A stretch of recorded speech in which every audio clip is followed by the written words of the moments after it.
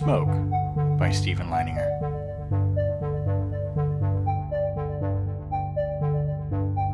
When it comes to lighters, you have a few options. Some people go for the disposable, fucking awful Walmart lighters that rookies complain about because their thumb hurts after their second smoke break. Or you can spend a few extra bucks and get some special edition Zippo from a smoke shop or a kitschy store that a regular person would never set foot in unless they're on vacation with their wife, and in reality, it's her vacation and she just saw something. Oh my goodness, Tim, let's go inside. Or you could just use matches like you live in 1890s Brooklyn. Or you can just get a standard lighter, like a normal standard person, fill it up with fluid when it's empty, and live your normal life, like Sasha. Sasha and her boyfriend Alan, disposable lighter, are both smokers. She smokes 2 packs a day. He smokes half a pack. She says it makes him a lightweight. She likes Teal and Steel brand cigarettes. One of the key factors of her preference is the design on the cartons is always an underwater scene, but she'd never admit it. Alan thinks they're okay. His favorite is Sly Reef tobacco. There's just something about them. He tried to roll his own once because they put out an ad campaign that stuck out to him. He ruined the paper and gave up after 2 minutes. Sasha and Alan had been dating for just over a year, but it's not so serious. He thought that's how it should be. Just enough to say you're dating, not enough to say you're anything special. But for Alan, that resulted in never being honest about what he does for a living. He enjoys the social benefits of having a girlfriend and always having someone to spend time and joke around with. But this left Sasha wondering why he'd sometimes show up to dates or parties with bruises on his face and body.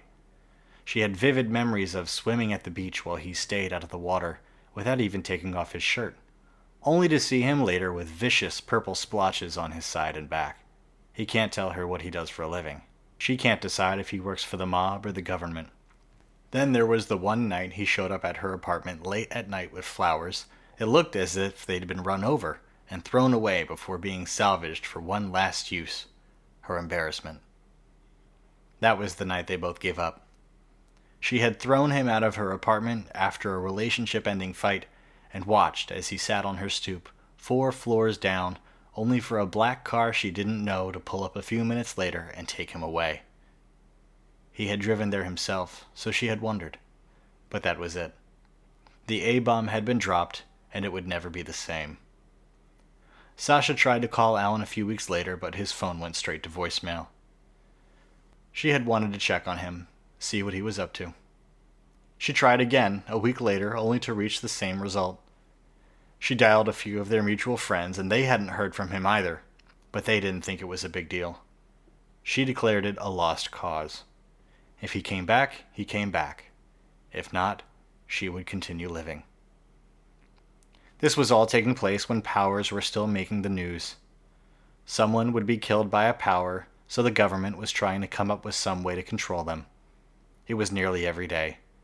People were scared. They stopped going out as often. Bars and restaurants began to close down due to a combined lack of customers and fear that something might happen to them in some freak accident. The country came to a halt shortly after.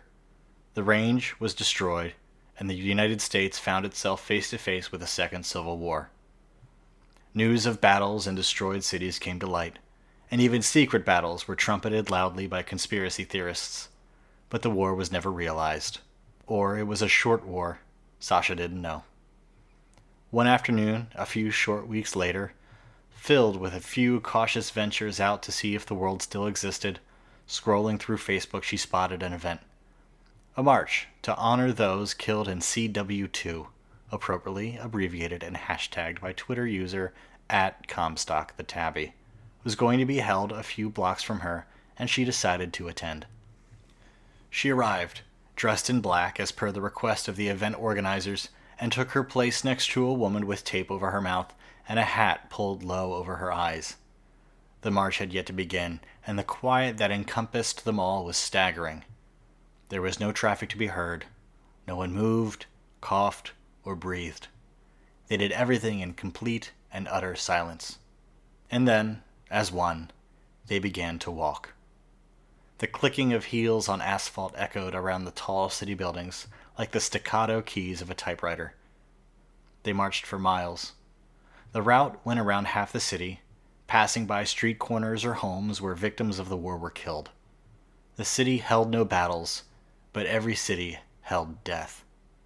Sasha's feet were swollen and terribly uncomfortable in her shoes by the time she crossed the line that marked that they had arrived. She looked around at all the faces she didn't know. People who had begun to be brave again enough to leave their homes. She was startled by what she saw. She hadn't expected to be greeted by a cookout or some kind of summer fun extravaganza, but she had hoped for some laughter, or even a smile on some of these strangers' faces, and all she found was sorrow and despair. She reached a shaky hand into her pocket and took out a T&S cigarette, put it to her lips, and lit it, inhaling a life-saving drag. Did they not understand that death was not the end? That life continued at the very least for the rest of them?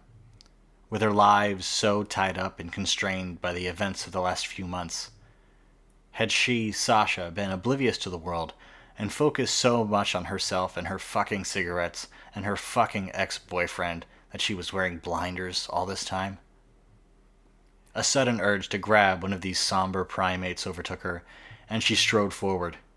But the ground began to rumble and shake with such tremendous force that she stumbled and almost fell. Her cigarette fell from her lips and rolled away on the concrete. People gasped and pointed, and some screamed. Sasha turned to see what they were focused on. A corporate building 4 stories high and just 2 blocks away crumbled and collapsed in on itself, from the middle out to its edges, expelling shards of glass and chunks of concrete and metal, with clouds of dust and smoke billowing out in impossibly huge droves, threatening to cover the sky. Sasha didn't even want to scream. She didn't even know what screaming was at that moment. She just wanted to run, to get away, to get back in her warm bed and forget the march. She turned and sprinted as best as her achy and tired feet could, away from the ever-growing smoke swallowing the sky above. A woman screamed somewhere behind her, and the ground rumbled and shook again, but louder, so much louder. It roared in Sasha's ears, and her eardrums threatened to burst from the force, and she fell to the ground, scraping her knee through her jeans.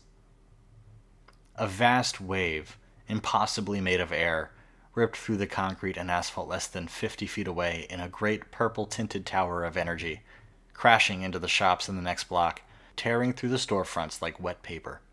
Sasha's eyes felt as though they might pop out of their sockets. Gasping for air, she struggled to her feet, only to be engulfed by the great cloud of debris that finally overtook her. Blind and gagging, she pawed at her face, desperately trying to erase the dust from her eyes, the dirt and shit from the air that she couldn't see before her. But the cloud proved impossible to dissipate, and she resigned herself to the darkness. She breathed in short, reserved bursts, and her stride turned to a shuffle. Her foot stumbled into a curb, and she clumsily mounted the raised ground, stepping on small pieces of broken rubble and road she could only guess. She felt as if she had been walking for hours. It was useless to try to guess how long she had really been out there. A scream, horrible, short, and muffled by the distance, broke through the thick air, and the hair on the back of her neck stood up on end. She tried to tell herself that it wouldn't be long now, but she had already been there so long. So fucking long. She thought surely she was about to die at any moment, and then it would be her scream that would sound out in the dark and terrible night.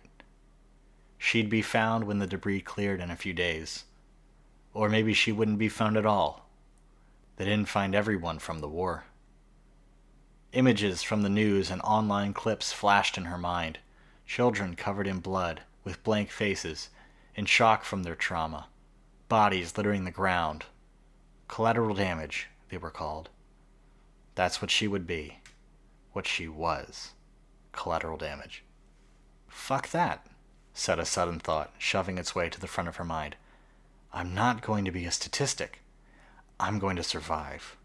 I'm going to survive, and I'm going to go home, sleep all fucking night, and move on. And when I get out of here, I'm going to have another cigarette, but it will be my last. I've had enough smoke for a lifetime. Reinvigorated, she took a deep breath inhaling the disastrous air surrounding her, and her body went limp and collapsed on the ground. Sasha's eyes flickered open, blinking in the cloudy sunbeam that illuminated the spot where she lay. Fuzzy, undefined shapes towered over her. Frowning with effort, she tried to move her arms to lift herself.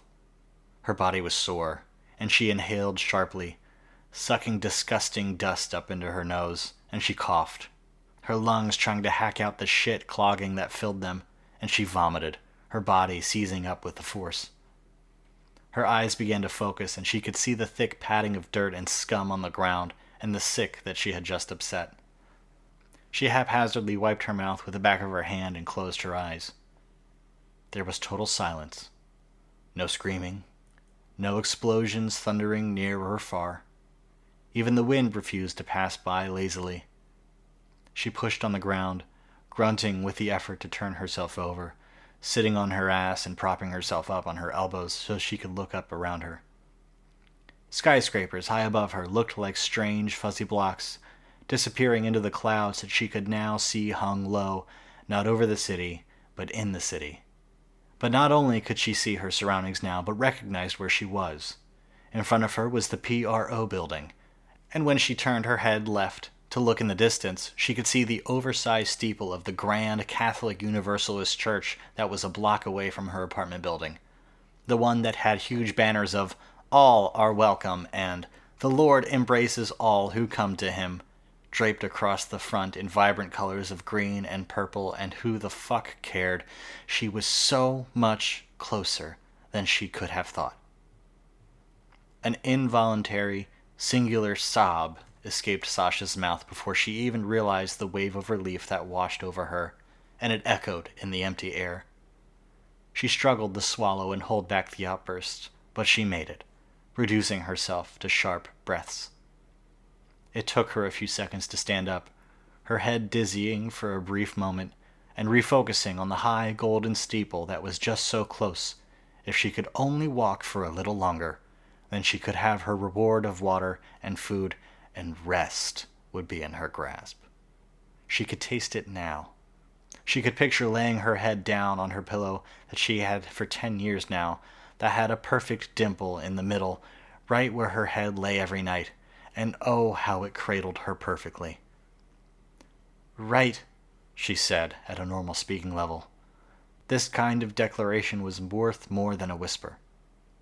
This kind of declaration was worth more than a whisper. She was not only going to survive, but make it home to her bed. "Let's go." The first step was the most rewarding. Yes, you can do this, she told herself. Yes, we're going to get home. She felt more confident with every step, as if every time she planted her foot firm on the ground was a shot of adrenaline, more invigorating than all those shitty energy drinks from high school. She never took her eyes off the church, now a paragon of safety and security. Walking simultaneously felt as if she was walking forever, but then she found herself only a block away from the church, the symbol that sang out in its bells that freedom was close. Bells were singing? Yes! The bells were ringing, loud and bold and seemingly tuneless, the same 3 notes over and over and over again.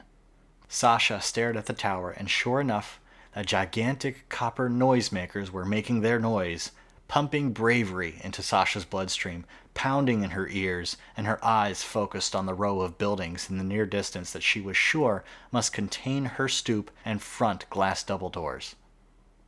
An ear-splitting crash eclipsed the bells, and the bell tower exploded in a great ball of fire, so great and vast that Sasha felt the heat and wind on her face even on the ground. She threw up her arms over her face to protect herself from the too hot and too bright flames above her, and she tried to run past it when she looked back and saw the debris speeding toward the ground, crashing on the sidewalk. Sasha screamed and darted across the street to avoid the falling stones and hid behind a pillar of the building facing the church, a bank headquarters. Silence filled the air once more, except Sasha's staccato breathing and crackling of little fires from the tower remnants licking the side of the church and the smoke spilling out into the sky. The rubble rested on the ground, motionless, no longer speeding to crush Sasha in its hurry to reach its final destination. She peeked her head around the side of the pillar, maybe too cautious, but she had time, right? Of course she did. She licked her dry lips and wiped her mouth, instantly regretting it. The church doors opened and 2 men stepped out. One wore a long black overcoat with short hair. Sasha's forehead wrinkled in concentration, trying to decipher what she was seeing. His face was hard to see as half of it was covered in dirt. Maybe he was near the explosion, and it was smoke? The other one was in long khaki pants and a white t-shirt. The shirt was blood-stained and dirty. He seemed to have a holster strapped to his leg. She heard one of them speak. She thought it was the one with the overcoat. She squatted and leaned against the base of the pillar, closing her eyes in concentration. "The money won't be there when you get there," Overcoat was saying. "Money? Stop bringing up the money. I don't give a shit about the money," said T-shirt. "All you've ever fucking talked about was money. Don't give me that shit. You're projecting. You're hallucinating. I was in the bell tower when you blew it, asshole. My brain isn't great right now." "Why do you have to keep bringing it up?" asked Overcoat. "It's done. It's over. It's old news." "It's not over, Howard. The fucking ground is still on fucking fire," yelled T-shirt. "It'll go out soon." T-shirt went down the stairs to the sidewalk and looked up at the tower, squinting. "Holy shit. You hated him that much?" Overcoat strutted down the stairs after him and craned his neck to stare up at his destruction. "I hated him okay. He hated me more." "Yeah, but he couldn't do what you could. He had the power of the United States military at his beck and call. He summoned them with his stupid bells, and you say I can do stuff he can't. That's called being human. Everyone can do something everyone else can't. Grow up." Sasha was frozen to the spot. They stood there, staring at each other. Neither of them spoke for ages. Then, Overcoat held out his hand. "Friends?" T-shirt frowned and glared at the hand stretched out before him. Sasha thought for sure this was it. One of them was going to kill the other, and then she wouldn't be able to help herself but make a noise. Even if it was just a tiny little squeal, but they would hear her no matter what, because it would be as loud as a bomb going off, and then she would be dead for sure. And she was so close to home, too. And then she thought that she would become just another statistic. All of this hurrying for home after a world-ending explosion, leaving her looking like shit, and then she'd just uptick the percentage of people killed within half a mile of their home. Fuck. T-shirt threw his hand forward to grasp Overcoat's hand, and their hands slapped together, and it almost happened too quickly for Sasha to catch it. Their hands barely connected before they both acted. T-shirt's hand flew to his side and drew his pistol, and Overcoat's hand plunged into his overcoat, and they both drew down in perfect motion. Overcoat flung something long, slender, a shiny electric blue. Sasha thought it might have been electrified, and T-shirt fired. Both of them hit their mark, the sound of the gunshot rocketing off in the distance almost like thunder. Overcoat looked at T-shirt, and then down at the hole in his shirt, and he touched his hand to it, examining the blood. T-shirt's eyes fixated on the strange blue object protruding from his chest.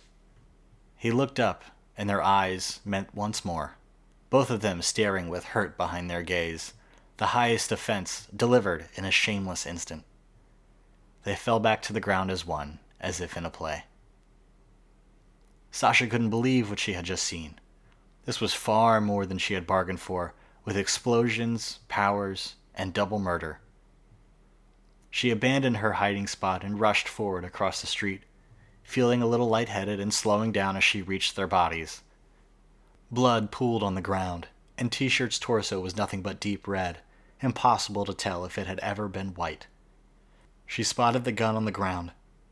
She couldn't tell you why she did, but she checked her surroundings before picking up the pistol to examine it.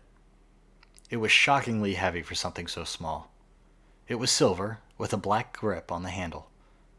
Holding it gave her a kind of power, and she suddenly understood how someone could love guns like she'd heard some people do, and she knew she'd never be without a gun again. She aimed at the bank across the street and pulled the trigger, firing a test shot. Why not? Who would possibly care under these circumstances? The gunshot cracked louder than 1,000 whips, and it kicked back in her hands with such force she thought she'd have a bruise within seconds, and she dropped it as if it burned her. You know what? Fuck that. And she walked away, leaving the scene behind her. She strolled the last block to her apartment, arriving triumphantly at the bottom of her stoop and ascending the stairs to the glass double doors. And she didn't have her key. She searched her pockets. There was nothing but her lighter. Damn women's jeans. She must have lost them early in the day, but for the life of her she couldn't pinpoint exactly when. She sat down on the stoop and looked out at the street. A cigarette butt stuck up out of the tree pit in front of her building. Groaning, she got up and lazily reached down, rescuing it from its fate. It was still good, only half smoked. She sat back down on the stoop and flicked her lighter, and she inhaled sweet nicotine once more. Within a fraction of a second, she had thrown the cigarette back to the tree pit and turned to spit over the side of the steps. Whatever happened to that smoke, it left it sour and one of the worst things Sasha had ever tasted. She spat a few more times, getting the taste out of her mouth as best as she could, and then she noticed something. Just by the stoop, in front of the building, stood a small flower pot. She looked behind her at the glass doors, and she stood up, grabbed the flower pot, carried it to the doors, and tossed it through the glass as if it were paper. Sasha carefully reached her arm through the hole and unlocked the door, letting herself in. She put her hand on the knob of the inside door, praying. She never locked it, but the woman in 2A was a bitch about locking doors, so it was always a gamble when Sasha came home. The door slid open smoothly and seemed to beckon her to enter. Up the stairs she went, down the home stretch, and arrived at her door. 3B. The faded lettering on the door signified her home. She flipped over the welcome mat, grabbed her spare key, and opened her apartment. Immediately, she strolled into the kitchen and sloppily poured herself a glass of water, spilling everywhere. She gulped down a few mouthfuls as though it were air, and then spat out the next mouthful in the sink. She drank a little more and swished it around in her mouth, getting some of that disgusting cigarette out, and spat that out too. She went into the bathroom next and looked at herself in the mirror. She looked like shit. She knew it. No use denying it. Her eyes were open, but they drooped and felt heavy, as if she was only half there, sleepwalking at heart. She brushed her teeth, which were a nasty gray, and took a quick shower, only taking as much time as necessary to vigorously scrub all the muck and scum from her skin. Stepping out, she went into her bedroom and put on clean underclothes and faced her reward. Her bed. She had arrived, finally, at long last. She threw back the sheets and got in, pulling the sheets back over herself in a funny cocoon, her head resting in that dimple that had memorized the shape of her head, and her feet finding some respite after expanding to the size of a softball. After a long day of walking, running, narrowly avoiding being blown up, witnessing a murder, suffering nicotine withdrawal and dehydration, she was home. She was asleep within moments, and her mind began to forget. The story you just heard was Smoke, written by Stephen Leininger, and inspired from the upcoming untitled novel written by myself, Stephen Leininger, and Liam Renner. Thank you for listening.